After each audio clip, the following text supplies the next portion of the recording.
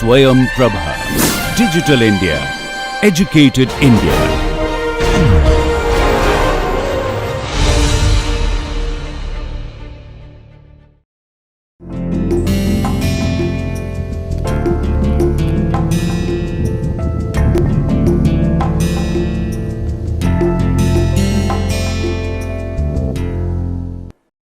Welcome back to the lecture series in animal physiology. So, into the third class of the 12th week. So, today we will talk about blood. So, we have talked about the cardiovascular system, respiratory system. Now, today we will talk about the fluid which is actually flowing through these blood vessels. So, about blood, as we always say, as long as you are not seeing it, it is essentially out of sight and out of mind. You really do not bother much about it. So, the way you can visualize blood is basically a fluid suspended with lot of proteins and other biomolecules and a bunch of different kind of cells, and which could be classified as the largest number of cells are called the RBCs, red blood cells. They are red in color because they have a molecule called hemoglobin, which is a porphyrin ring. On the porphyrin center there is an iron sitting with +2 oxidation state, and this porphyrin ring along with the iron imparts it a red color, and that is why it is called a hemoglobin. And very closest relative of it is chlorophyll, where iron is being replaced by magnesium, and it, because of the presence of the magnesium, it gets a green color. Okay. So, these are some of the very fundamental things about it. So, the hemoglobin is involved, and we will talk a little bit more about hemoglobin as we will scroll through the slides about how hemoglobin binds to oxygen and at different spots where it get rid of the oxygen and continue its circulation. Okay. So, talking about the blood. So, let us move on to our first slide. So, the topics what we will be covering is introduction to blood, function of blood, composition of blood, then we will talk about plasma, formed element and homeostasis. This is what we are going to cover. So, introduction. The basic component of the cardiovascular system, which is circulating fluid, which is the pump. We talked about conducting pipes, we have talked about it. The conducting pipes includes your blood vessels. Coming to the functions, it transport gases, nutrients, hormones and carries the metabolic waste to be discarded from the body. It helps in pH regulation, maintaining osmolarity, and this osmolarity value, it varies around 320 milliosmoles. Okay. Restricting fluid loss, defense against toxins and pathogen, and thermoregulation. Okay. Now, the composition of the blood, if you look at it, if you take out a sample of blood, this is the plasma component and this is your buffy coat, and this is where you have the whole erythrocyte. So, you take a sample of blood, you put it in a centrifuge and you get all these different components present in the blood. Now, coming to the different component. So, you have cellular component which constitute 45% of blood, which includes erythrocytes, which is the largest in number, the cells without any nucleus. It involves in transport of oxygen and helps in maintaining transport of carbon dioxide. Then you have a lesser number, which is the leukocytes or the white blood cells, which includes basophil, eosinophil, neutrophil, lymphocytes and monocytes, which is involved in the defense and immunity. Then you have a very smaller number which forms the platelet, which are involved in the blood clotting. Okay. So, these are the cell types. So, you can classify them as RBCs, WBCs or leukocytes and the platelets. Whereas, the major plasma component which constitute all different kind of salts and proteins includes sodium salt, potassium, calcium, magnesium, chloride and bicarbonate. It helps in osmotic balance, and this is the inspiration for developing medium cell culture medium is inspired by these compositions: pH buffering, regulation of membrane permeability. Then coming to the plasma protein, it is albumin, fibrinogen, and it helps in maintaining the osmotic balance, pH buffering, clotting and immunity.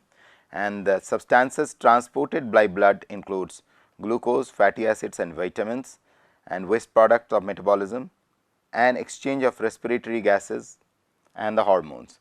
And the solvents for carrying these substance, which is essentially water. It is a water based system which functions here, and this is the whole composition of the blood. Now, coming to the if you look at the whole thing, as I was telling you, is basically a fluid which is moving and it has lot of suspended particles. So, now having shown you this picture, now say for example, any of these particle numbers, say for example, these one increases or these one increases or these one increases, this will increase the viscosity of the blood, because blood being a liquid in which there are particles in the form of cells suspended and smaller particle in the form of proteins and salts.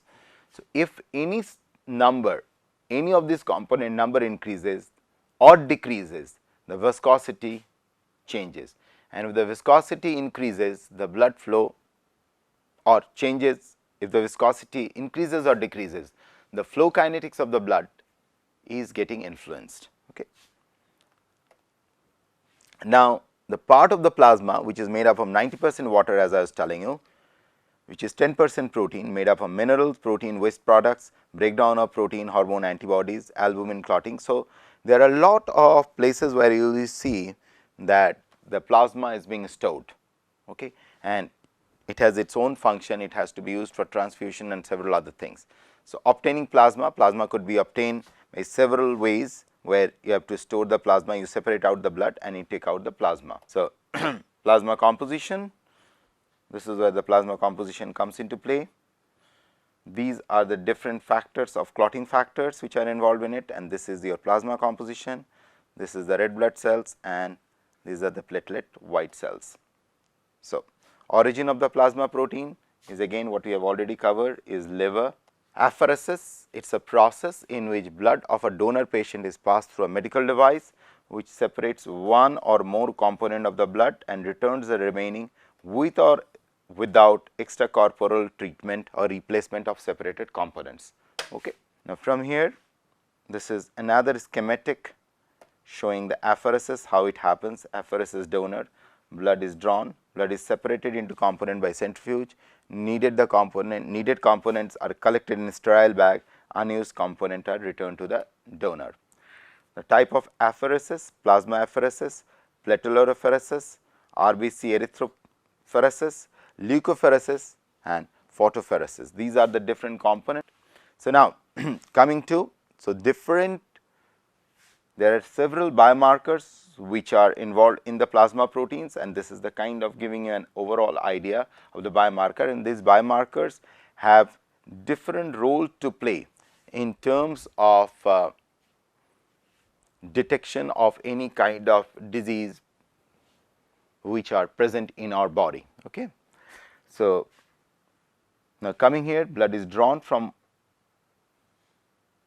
the body, and this is where you are isolating the bone marrow stem cells. The stem cells which are involved in BMSCs are involved in formation of blood. I will come later about little bit more about this whole function of the BMSCs. Okay. So, formed element, journey of the BMSCs.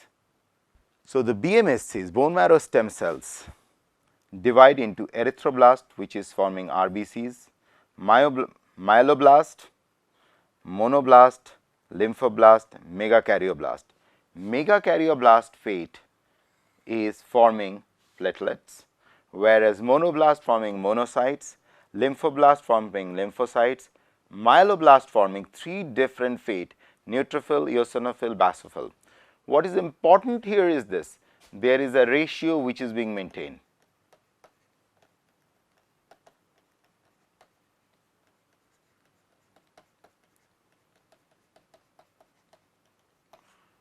between these BMSCs dividing into erythrocytes, white blood cells and platelets.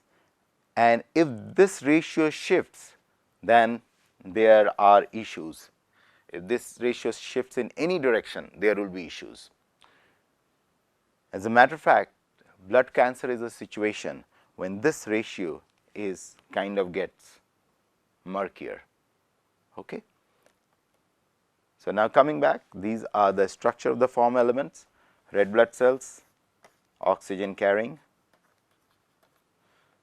platelets for clotting, and these are your immune players, major players of immunity: lymphocytes, monocytes, eosinophil, basophil and neutrophil. So, this is how the whole circuit kind of happens: multipotent stem cells, huge potential, and these progenitor are classified into two groups: common myeloid progenitor, common lymphoid progenitor.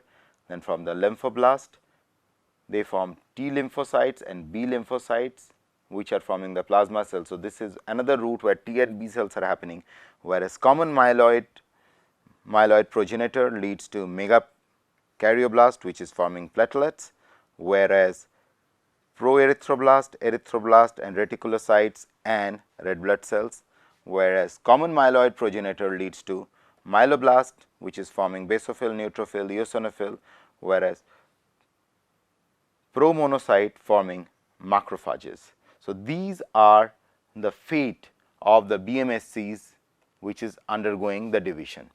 Then we come to the blood thinners, which are antiplatelet drug or anticoagulants. Natural blood thinner includes omega 3 fatty acids, which you can see all the different kind of natural blood thinners which are available in nature. Nature provides us. Now, coming back to the RBCs. Okay. This is how a RBC really looks like. These are the RBCs, erythrocytes.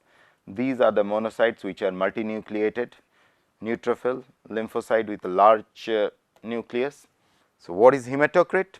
Hematocrit is basically, so here you have the plasma fraction, here you have the solid fraction, which is 45% in case of anemia, where there is lack of blood, this is 30%. Polycythemia, this has increased to 70%, and during dehydration it becomes 70%. So, what is important to note is that this situation and this situation, the ratio I was telling you is kind of getting disturbed between the formed elements as compared with respect to, or the ratio of the form elements. Now, RBC formation factors: kidney releases erythropoietin, talk to you about it. Erythropoietin goes and hit on these bone marrow cells, and in the bone marrow these cells divide to form RBCs. Okay. So, all the factory is sitting in your bone marrow, and this EPO, this is an interesting molecule which is being used by several sportsmen. It is used as a drug for performance enhancement. Okay. So, as a matter of fact, one of the famous cyclists used this. Okay. Now, coming to the shape of the RBCs. So, this is how the shape of the RBCs is, and this is what I was telling you about the hemoglobin molecule, where iron is sitting at +2 oxidation state. So, this is the heme moiety. So, this is the globulin protein, the blue color what you see out here. This is the whole globulin protein. Okay. So, it has 4 units globulin protein, and at each unit there is one heme moiety sitting there. Okay. And each heme moiety is nothing but a porphyrin structure. If you remember this, I was drawing this structure for you. So, this was a way more complex structure, as you could see. So, iron is sitting there. So, this is the hemoglobin which is involved in carrying the oxygen, and it has beta polypeptide chains, which is the, and the alpha polypeptide chains. which is forming the globin molecule. Now, the oxygen carrying, so hemoglobin molecule is composed of 4 protein globin chains is surrounding by central heme protein. These are the alpha chains, these are the beta chains, again these are the alpha chain, these are the beta chains. Okay. Here you have the heme group sitting out here. In most adult hemoglobin, there are 2 alpha chains and 2 beta chains, and this is where the iron is sitting, or coordination complex of the iron is sitting.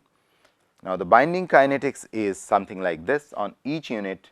So, if you see, there are 4 oxygen which is getting bound to the hemoglobin, and this binding is kind of not a very strong or not a weak binding. When it is out here, it is loaded, and then at different partial vapor pressure of oxygen, it is being detached from this molecule. Now, what is very important to note is, if you look at the fetal hemoglobin and adult hemoglobin, you observe that the fetal hemoglobin have higher saturation. It means it carries more oxygen as compared to the adult hemoglobin. So, the reason being, the fetal hemoglobin is, as I told you, this is the adult hemoglobin. You have the alpha, beta, whereas out here you have alpha, delta, delta, alpha. So, this delta group, which is, so essentially there is a shift,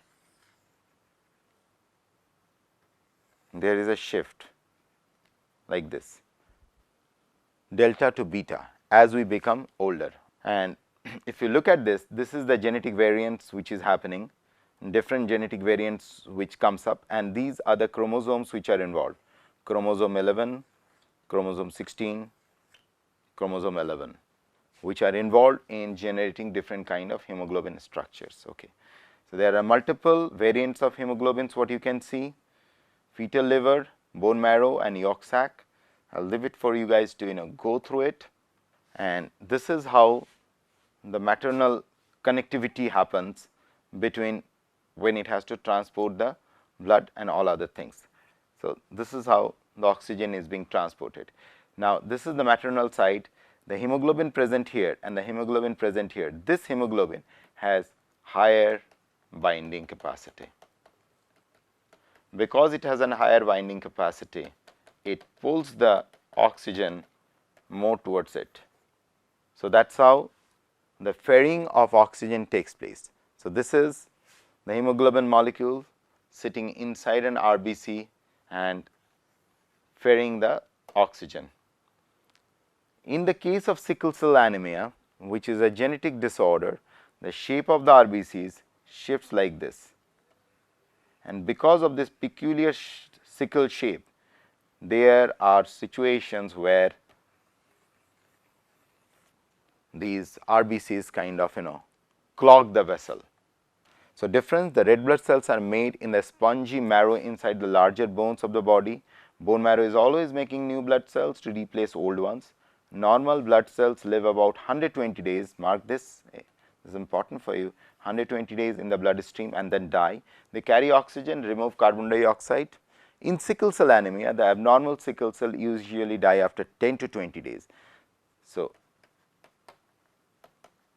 this is quite a difference, and the bone marrow can't make new red blood cell fast enough to replace the dying ones.